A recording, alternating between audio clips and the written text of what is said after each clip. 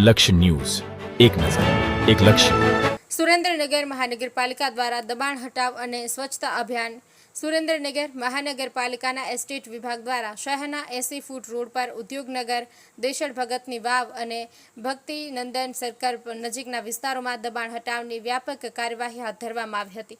આ કામગીરી દરમિયાન રસ્તા પરના અવરોધો દૂર કરવામાં આવ્યા હતા, જેનાથી માર્ગ સરળ અને સુરક્ષિત બન્યો છે.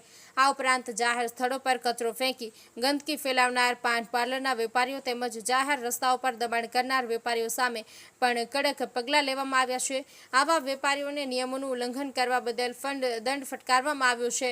સુરેન્દ્રનગર મહાનગરપાલિકા શહેરની સ્વચ્છતા, સલામતી અને વ્યવસ્થિત વાહન વ્યવહાર જાળવવા માટે પ્રયત્નશીલ છે અને નાગરિકોને પણ જાહેર સ્થળોની સ્વચ્છતા જાળવવા અને નિયમોનું પાલન કરવા માટે સહકાર આપવા અપીલ કરવામાં આવી છે. બ્રિજેશ ત્રિવેદી, સુરેન્દ્રનગર.